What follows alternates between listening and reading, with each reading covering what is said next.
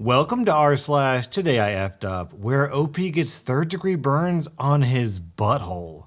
So I was getting ready for work and stepping out of the shower. I don't know about you guys, but I really like to use a hairdryer on every part of my body. I've got hair all over my body, so it makes sense, I guess. I use the hairdryer to dry my head hair, then my torso, and then my legs, and then my butt.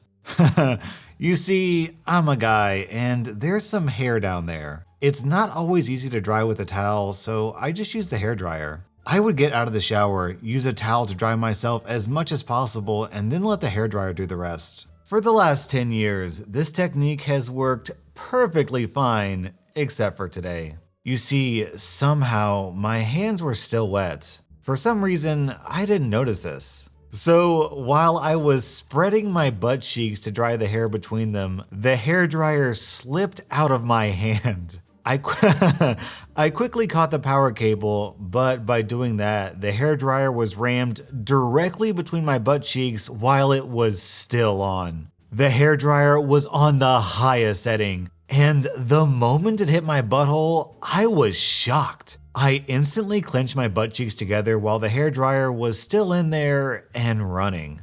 God, I can't tell you how much this effing hurt.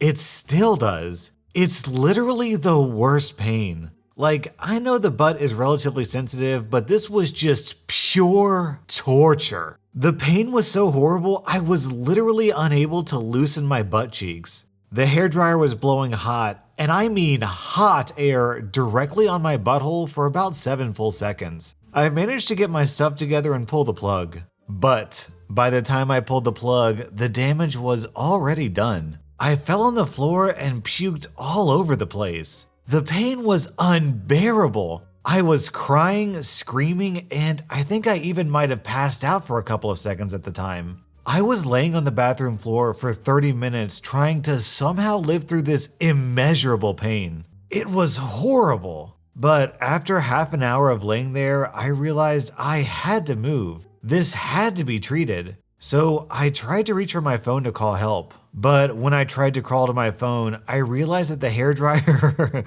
was still between my butt cheeks. So I tried to pull it out, and that was the second time I puked due to the pain. When I got it out, it was covered in bloody, burnt off parts of my butt's flesh. I have no clue how it looks down there, but it can't be any better than how I'm feeling right now. I eventually managed to call my girlfriend. She drove me to the hospital. So that's basically it. I'm currently laying in a hospital bed. The wound has been treated. It was so humiliating. The pain is still horrible, but they gave me painkillers, so I guess that'll help. This is literally the worst day of my life. I've not only felt the worst pain you can imagine, I've also never been more embarrassed or ashamed. But I really have to give credit to the nurses and doctor who treated me. They did perfect. They tried to cheer me up, and they were totally nice. I'm so grateful. Also, I really hope I could explain this properly, but if you had problems, here's a visual depiction of what went down. So if you're reading this, you've probably stopped laughing by now. So thank you for reading this giant wall of text.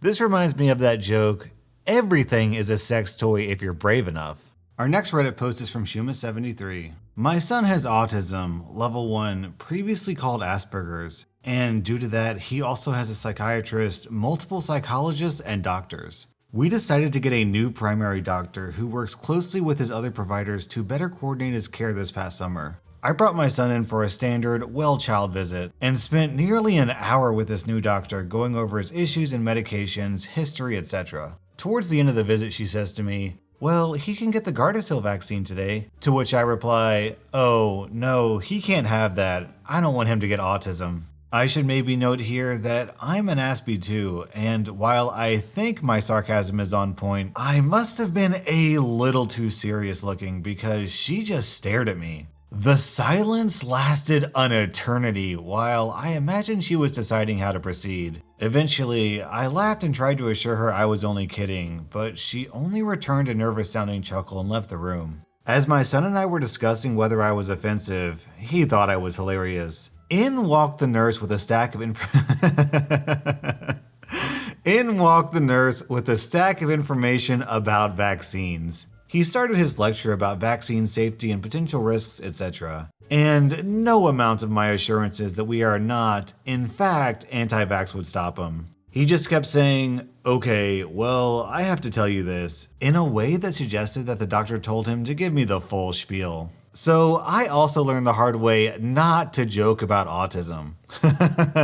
When I took my puppy to the vet said that my puppy Hugo had to get vaccines. And I said, oh, I don't think so, doctor. I don't want my puppy to get pawtism.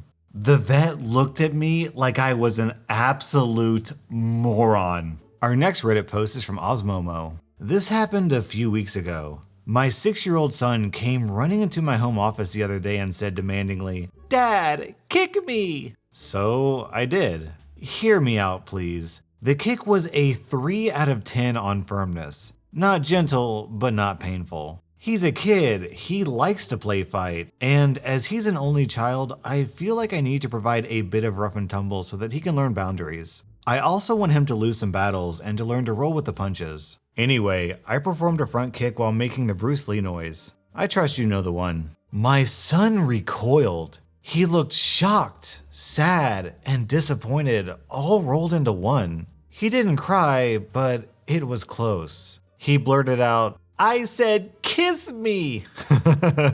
Whoops.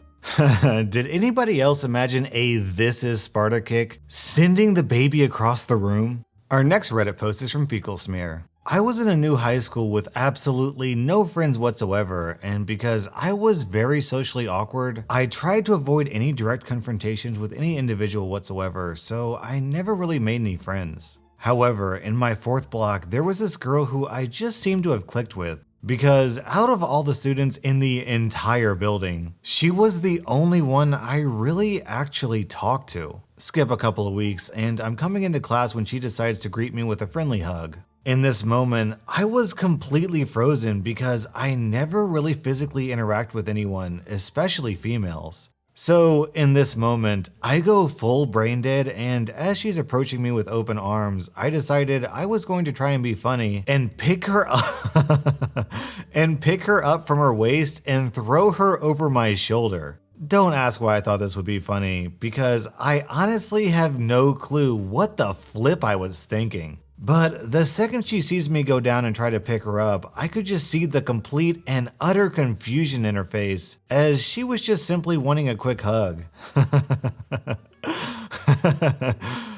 But as I pick her up, just to make things 10 times worse, I shout, "WWE Super Slam!" And she's screaming, and for some reason, my heart just dropped.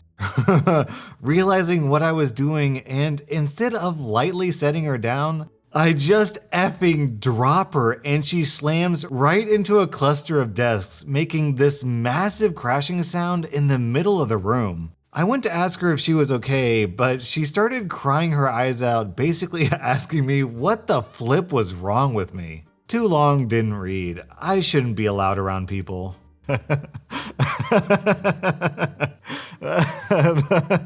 The top comment on this thread is, "Did you Naruto run out of that? Did you Naruto run out of the room afterward?" Our next Reddit post is from kirsteaassbutt. Obligatory just over a week ago comment. So I've been moved in with my boyfriend 3 weeks. It was quite sudden as we've only been together 3 months. And also somewhat poorly planned as one of us has a cat, and the other has a tiny parrot who genuinely believes he's a velociraptor. Ragebeak belongs to me. It's a Saturday morning, and he's commenced the daily scream at about 7. Not too early and not too late, but definitely too loud. Still, I thought being a Saturday, I'd take him downstairs and cuddle/play and let my boyfriend lie in.